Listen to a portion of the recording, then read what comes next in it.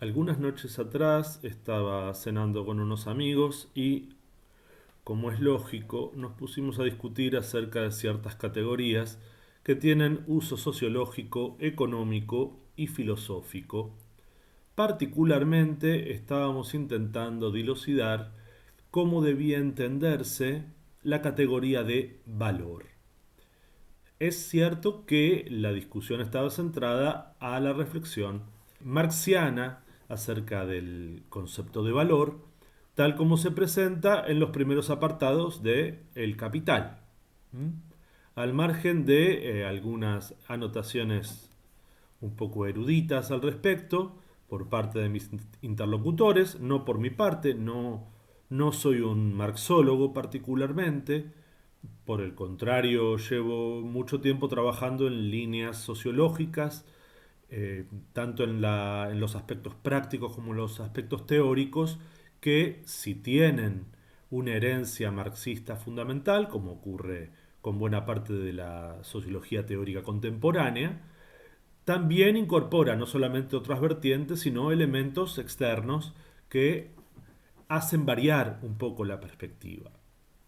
También estaba presente, por el background de mis, de mis interlocutores, un fuerte peso de la interpretación filosófica de las categorías. Pero por mi parte quería darle una resolución personal a la cuestión y en este sentido me gustaría elaborar lo siguiente. No voy a relatar el debate en sí, que fue sumamente interesante, sino la idea de que la categoría de valor está en Marx inherentemente ligada a la categoría de mercancía. Vale decir, es aplicable a contextos mercantiles en el cual los productos de los cuales, sean capitalistas o no, en los cuales el producto del trabajo humano se presenta frente a otros productos del trabajo humano y son intercambiados o potencialmente intercambiados, que es en donde el concepto de valor vendría a tener importancia. Yo discrepaba de esta idea e incluso tenía mis dudas acerca de cómo presentaba Marx en el Capital esta idea de valor. Bueno, repasando aquí Capital, Karl Marx. En esta edición, cierto, se habló de otras ediciones, es la que yo tengo disponible a mano y en papel. El concepto de valor efectivamente está vinculado en exclusiva al análisis del sistema de producción de mercancías, tal como está expuesto. Ahora bien, ¿esto significa que la categoría de valor no puede ser utilizada o no es válida en contextos primero no capitalistas y después no mercantiles? A esta cuestión es a la que quería no responder hoy, sino plantear simplemente una línea de análisis posible. Marx parte de la idea de que, dado que las relaciones de producción están orientadas a mantener la vida humana, tal como está presentado en otro importante texto marxista, para la reproducción de su vida material, los hombres establecen relaciones de producción que son necesarias e independientes de su voluntad. Establecidas estas relaciones de producción, lo que se producen en todos los casos posibles, esto Marx lo admitirá para cualquier sociedad humana posible, son valores de uso, es decir, valores que cubran necesidades de una serie de relaciones sociales, de una serie de personas en un contexto histórico determinado. Estos valores de uso se pueden expresar en cosas inmediatas para cualquier vida humana, como por ejemplo el alimento, o en expresiones que incorporan elementos propios de un momento histórico particular, de un momento cultural particular. Por ejemplo, la producción de un cierto tipo de elementos lúdicos. Una pelota de fútbol es un valor de uso que no existe en cualquier sociedad humana posible por la sencilla razón que el fútbol mismo no existe en cualquier sociedad humana posible. Sin embargo, nadie negará que en una cultura, por ejemplo, como la global contemporánea, el fútbol no es un elemento de consumo masivo como gran construcción cultural, y las pelotas de fútbol son valores de uso dentro de esas relaciones de producción, de ese bien de consumo, de esa actividad consumida de la manera que sea. ¿Mm? De la misma forma, no porque una persona considere, no sé, que Dios no existe, que no existe ninguna clase de Dios, vamos a negar que en la producción de estampitas de un determinado santo no existe valor de uso. Por supuesto, eso tiene valor social de uso. Lo que encuentra Marx, lógicamente, que cuando en un mercado capitalista se contraponen dos mercancías, no lo hacen en tanto a su valor de uso, precisamente porque van a ser intercambiadas en tanto mercancías, lo que tiene que oponerse es un cierto valor de cambio. Este valor de cambio permite fijar entre dos mercancías cualesquiera una equivalencia, que va a tener luego una tercera equivalencia indirecta, que es la del precio del dinero. Ciertamente aquí se abre toda una otra importante discusión acerca de la distancia que existe entre valor de cambio y dinero, es decir, entre valor y precio. O en principio, la idea es que se pueda intercambiar, no voy a usar los ejemplos marxistas, pero que se pueda intercambiar un kilo de naranjas por un equivalente de cualquier otro producto del trabajo humano en el contexto de un mercado determinado. Por ejemplo, un kilo de uvas.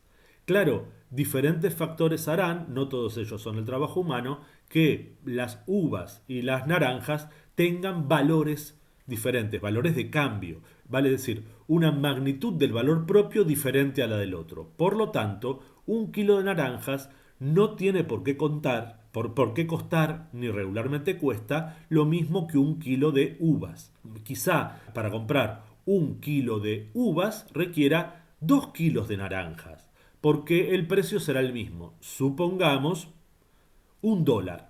¿Mm? $1 me permite comprar un kilo de uvas, pero me permite comprar pero me permite comprar 2 kilos de naranjas. ¿Esto qué quiere decir? Que comparadas entre sí, la naranja vale la mitad que la uva o la uva vale el doble que la naranja, expresado en ese tercer equivalente que es el dinero. La pregunta marxiana es cómo se llega a establecer esa relación de una manera óptima para el funcionamiento de ese mercado, por una parte, y de esa sociedad al terminar un determinado ciclo de intercambios, en donde la gente tiene una manera de consumir lo que consiguió como valores de uso, como cosas que tienen cierta utilidad, al terminar un determinado ciclo de intercambios. Y a la vez que las relaciones de producción puedan continuar replicándose a partir de ese momento.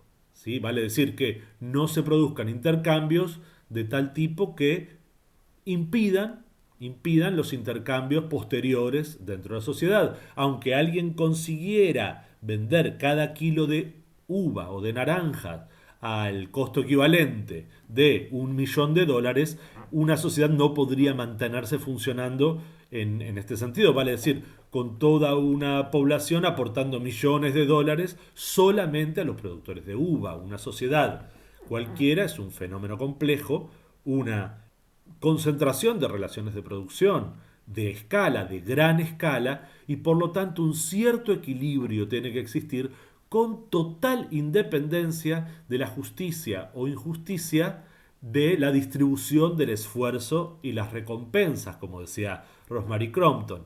Claro que puede ser moderadamente injusta una sociedad. Eso ocurre con cualquier sociedad dividida en segmentos dominantes y dominados. Siempre existe una transferencia de esfuerzo, sea entre el asalariado capitalista y el dueño de los medios sociales de producción en el capitalismo, entre el señor feudal y los siervos de la gleba en el feudalismo, o entre el amo o dueño en el esclavismo y la población esclava. Claro que hay transferencia de esfuerzo, pero no puede exceder la capacidad de supervivencia del sistema. En el caso del capitalismo, la idea marxiana, que parece absolutamente razonable, es que la explotación que se produce en el proceso de producción y que se realiza en el mercado, en el intercambio de mercancías, no puede exceder el punto en el cual la población asalariada no pueda reproducirse a sí misma. Si yo le pago agregadamente a la población asalariada menos de lo que necesita para vivir,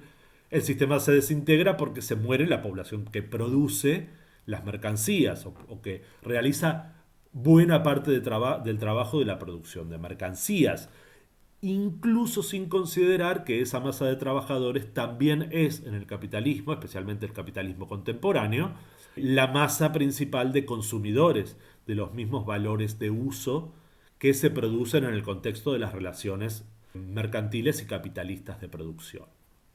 Bien, entonces, entendemos que es cierto que en el contexto de un sistema de producción de mercancías, el valor de cambio está determinado por la transabilidad, por la intercambiabilidad, por la posibilidad de cotejar dos productos de trabajo humano diferente, de procesos de trabajo humano diferentes. Uno que da, por ejemplo, naranjas y otro que da, por ejemplo, tornillos. Y lo que se alegaba en el debate era que la categoría de valor solo tiene verdadero sentido para Marx en este aspecto, en el aspecto de poder comparar dos productos del trabajo humano, de series de trabajo humano, porque la división del trabajo hace que la producción de naranjas y la producción de tornillos o clavos esté operada por una importante serie de pasos y por un árbol extremadamente complejo de actividades humanas que coinciden en cada una de ellas. Hay que pensar que vivimos en una sociedad de maquinarias en donde uno no piensa la producción de naranjas como tirar semillas a la tierra y esperar que crezca el árbol. Por el contrario, requiere una enorme cantidad de tecnología y lo mismo ocurre con un producto aparentemente simple de la metalurgia como puede ser un clavo. Hay mecanismos simples para producir naranjas, relativamente simples, y mecanismos simples, relativamente simples para producir clavos, pero el hecho es que vivimos en sociedades que producen cada uno de los valores de uso en contextos de trabajo, bueno, compuesto. Cualquier cosa menos simple. Largas series incorporadas a procesos intervenidos por muchas escalas de división del trabajo producen valores de uso que si uno los observa parecen relativamente simples. Mis problemas vienen a la posibilidad o no de universalizar, quiero decir, de aplicar a cualquier sociedad humana posible la categoría de valor. No de valor de cambio, porque el valor de cambio está ya claramente inserto en una categoría histórica específica, al menos la de las sociedades mercantiles, que no son todas las sociedades humanas posibles y de hecho, aunque nosotros vivimos en ese contexto, el de las sociedades complejas, vale decir, posterior a la aparición de la agricultura, al menos 7000 años llevamos de la existencia de sociedades complejas en donde sí existe cierta actividad mercantil de intercambio. No son para mí las únicas variables que hay que considerar, en este sentido yo no soy para nada estrictamente marxista, pero se entiende perfectamente el punto de la teoría marxiana en este aspecto. Pero la categoría pura de valor presenta un problema. Si uno la lee en el Capital, ciertamente sí, Marx lo orienta directamente a esta circunstancia de cotejar elementos con valor de uso, sustrato del valor, dice Marx, absoluta necesidad, porque no tiene sentido producir cosas que no se puedan vender o que no sirvan para nada consumir. Por ejemplo, estos lentes tienen valor de uso cuando son utilizados por una persona, pero no tendría sentido producir lentes para enanos de jardín, mucho menos lentes de contacto para enanos de jardín. No tendría valor social de uso, quizá tendría valor en un punto estético, como crítica al sistema, por ejemplo, que alguien lo diga, incluso lo use como ejemplo, pero ciertamente no sería un éxito comercial. Algo que tiene éxito alguna vez en una galería de arte contemporánea no necesariamente es un éxito comercial, porque no tiene utilidad como elemento intercambiable en el mercado, vale decir, no tiene un valor social de uso reconocible. El problema está, para mí, que para comparar es necesario, es decir, sea en el mercado o en cualquier otra cosa, y al margen de la categoría filosófica de valor, como puede Marx haberla pensado, la cuestión es que el valor se nos presenta en este sentido como acumulación de trabajo humano, de tiempo de trabajo socialmente necesario en forma media, aunque sea de esta manera compleja, está presentado, se presenta como algo bien reconocible, vale decir, una magnitud.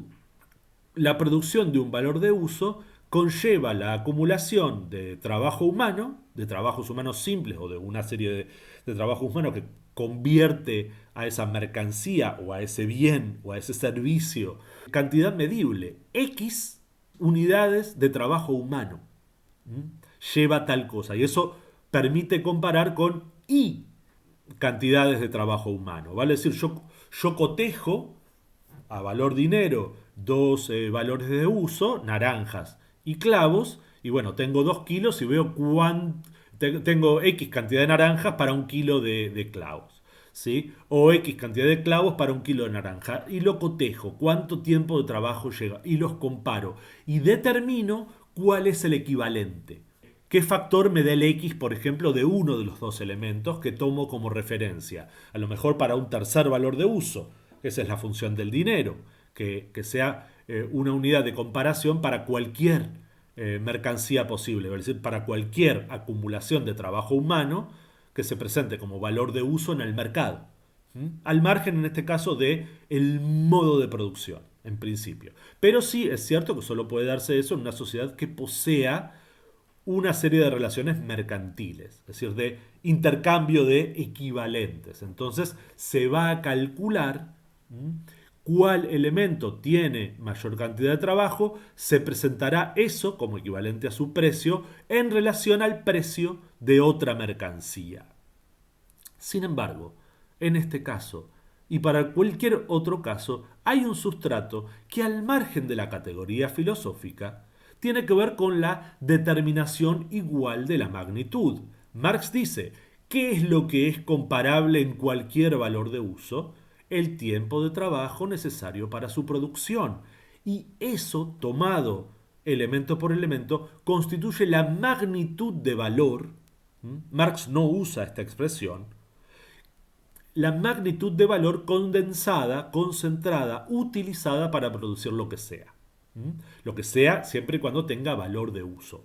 Yo puedo presentarlo al mercado, pero si es una magnitud, puedo no presentarlo al mercado y sin embargo, el elemento concreto, tiempo de trabajo humano, que es una construcción histórica, aclarémoslo, porque no es una propiedad individual del sujeto como productor, sino una capacidad histórica del sistema, porque produce a los productores, vale decir, el conocimiento y las habilidades que tienen los trabajadores no provienen generalmente de sí mismos, la mayor parte provienen del contexto histórico que los genera como trabajadores particulares.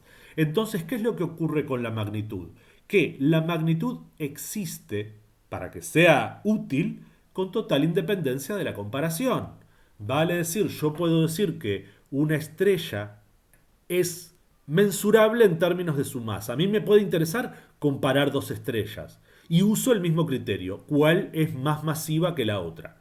¿Cuál tiene más átomos? ¿Sí?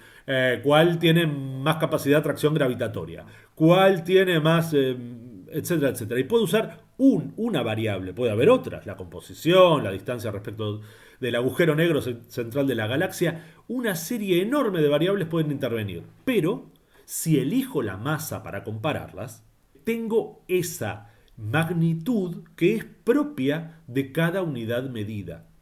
Y esto es lo que quería expresar respecto de la categoría de valor. Filosóficamente tal vez esté pensada por Marx únicamente para pensar en las mercancías, en los bienes transables, en la existencia del mercado, de esas relaciones de producción.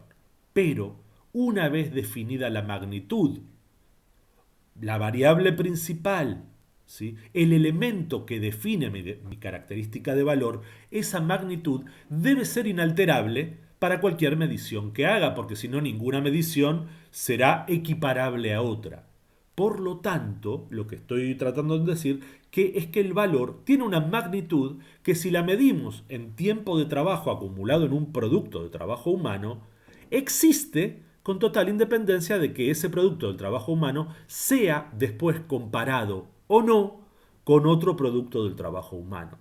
En mi opinión, con independencia de lo que opine Marx, estoy discutiendo la idea, no la idea de Marx, es que el valor existe en las sociedades humanas con total independencia de que sean comparadas con otra o no. Y eso tiene efectos. Vale decir, yo puedo vivir en una sociedad que no realiza intercambios, todo lo que se produce pasa a formar parte de un fondo común, pero aún en ese caso, la sociedad no puede ser indiferente a la magnitud de valor que tenga el producto, que tenga, perdón, la producción de un bien particular. Si efectivamente la producción de un vestido considerado necesario en una sociedad lleva de promedio 5 horas de trabajo y la producción de caza y recolección de topos y moras que se usen para comer en una sociedad determinada lleva 6 horas de trabajo, yo puedo encontrarme en una sociedad que en ningún momento compara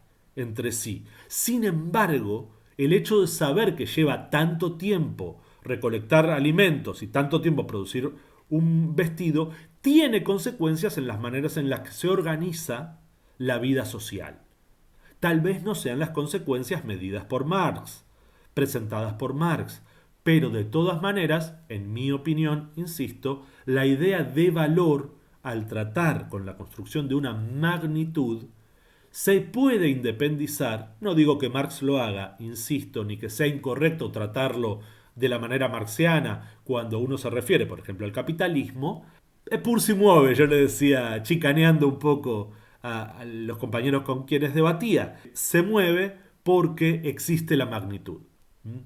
Y pensándolo epistemológicamente, esta a veces es la diferencia que se presenta cuando podemos tratar con total legitimidad un concepto desde el punto de vista de su valor, perdón, de su valor, de su utilidad como categoría filosófica, y otra cosa es cuando tenemos que ir a medir la realidad con una magnitud determinada. Como la intención de Marx, en este caso, también era atender a lo que se podía medir, vale decir, el intercambio de equivalentes, pero en última instancia también la extracción de plusvalor, es decir, la tasa de explotación a la que está sometida un trabajador, la clase asalariada en su conjunto dentro del capitalismo, la intención de medir como magnitud existe y por lo tanto debemos atender a esta idea en toda su integridad. Nuevamente, esto es simplemente un elemento para debatir. En una